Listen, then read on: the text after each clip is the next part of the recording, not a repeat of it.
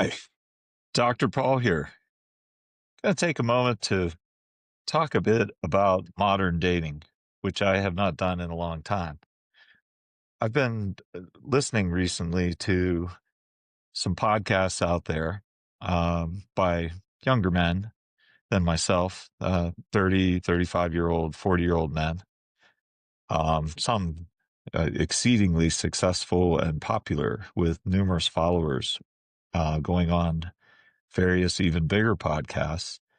And something I noticed today was quite a degree of ageism against older male experts on, yes, dating. There is the effect of the gray divorce today. There will be a need for instructing older males on how to re-enter the dating pool and how to be attractive even at their age. And I've had the benefit in the distant past of having been a dating coach once long ago. And I knew the rules and the conventions and the customs decades ago in dating. But that doesn't mean that as an expert in the field of human courtship, that I haven't followed along with the technology, the dating apps, how they work, because I have heard constantly for decades, through the decades, with the changing customs and changing culture, men of all ages. I've had over 80,000 patients in my professional practice, half of them male, and I've heard all manner of complicated problems in this arena. Even as the culture changed, even as technology came along, I followed along and heard their intimate stories and advised them on what to do, not only in the most recent faddish cultural conventions, but also in something nobody seems to mention in these younger dating advisors out there, although they do read, partially at least, some evolutionary psychology texts, often not the actual research studies, but maybe some books, popular books. Maybe they read them, maybe they don't. But that's not the same as having lived through decades and heard the intimate stories that wouldn't be told to anyone else, not even a clergy person, about their challenges through the changes of culture. That in itself is a kind of evolution, cultural evolution, sociological evolution. But guess what? Something nobody has devised, no scientist ever, current, young, or older, is a model of human courtship that lasts throughout human evolution, that's informed by it, that doesn't need to respond to minor fads. So 5 minutes ago, cultural changes, technological changes, it's eternal. The concept of human courtship has core principles that never change. Again, nobody has devised this yet. I've done my best in the last 25 years to approximate the best I could muster on the subject. I call it romantic dynamics in a nod to Freud's terminology, psychodynamics. And it is based on the historical record of human development in the area of romance. One thing that occurred to me today on this topic of ageism toward older experts in the field was that I was thinking of my own two sets of grandparents.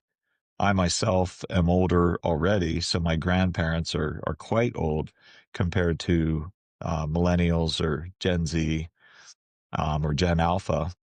But it occurs to me that most people in their day stayed married for life. Both of my sets of grandparents did until the grandfathers passed before the grandmothers. One of them over 40 years, one 50 years of marriage. So something for the young dating coaches that don't prefer older male wisdom from the generation before them is that maybe they know something that you don't. If both of my sets of grandparents stayed married for life and most of their peers did as well, maybe they knew something that you don't. and did something that you don't. And maybe some older males, perhaps those in gray divorces, or those who are simply true scientists in the field, might know something. Maybe a return to some amalgam or synthesis of what occurred in the past, what was done in the past, would still work because it was based on eternal principles of the psychology of mating and courtship that they knew. Perhaps religion was a bulwark against dissolution of the ability of men and women to come together. But that doesn't mean that today there isn't a recurrence of religious thought and practice or respect for something that lasts throughout history, that there's a historical record of human courtship and the interactions between 95 to 99% of humanity, which were males and females loving each other, and importantly, some kind of sacrament, whether it's based on a actual religion or it's simply based on high character, virtue of maturity, in which both males and females understand that if you make vows that are meant to be for life, that you have entered a contract for life, that you will always stay together through thick and thin, no matter what, that you were forced to work it out, to collaborate, to compromise with each other, to remain teammates even when angry, even when in disagreement, that vows are vows. Otherwise, don't take them. Move on to someone else that you strongly believe you can vow to and will vow back to you for life. Then divorce won't occur. And I know that there's a need for the understanding how to be attractive in the first place, and that can be a politically incorrect topic.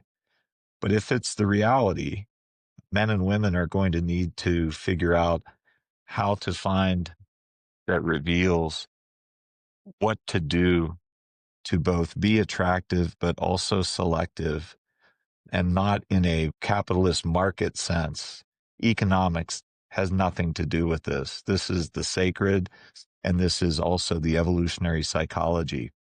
You could say that there are transactions and value that occur emotionally, that fair is fair. And if you contribute something, I ought to contribute something of equal value. If you want to call that economic, then feel free to, but it's an emotional transaction. It remains psychological. And so honoring vows, otherwise don't make them, is one principle. A second important principle, beyond the specific delineated steps of human courtship that I have done in romantic dynamics, is simply to decide in the first place if you think the person you're relating with is truly playing the game of love, that they are seeking love, that they want to give love, and not just pursue financial value or what has been called narcissistic supply. If they are far more narcissistic than you, and we all have at least a touch of it, they may be playing a different game than you, not playing the game of love, but playing the game of what's in it for me. So remember, history matters. Those who don't learn history are doomed to repeat it.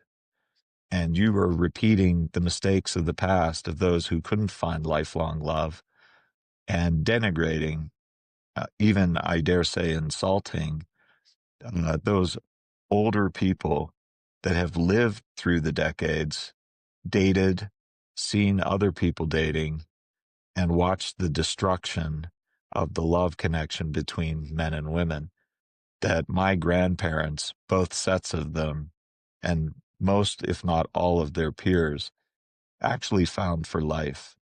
They were doing something right, and we must figure out what that was in a way that can fit into today's culture and technology. Thank you for listening.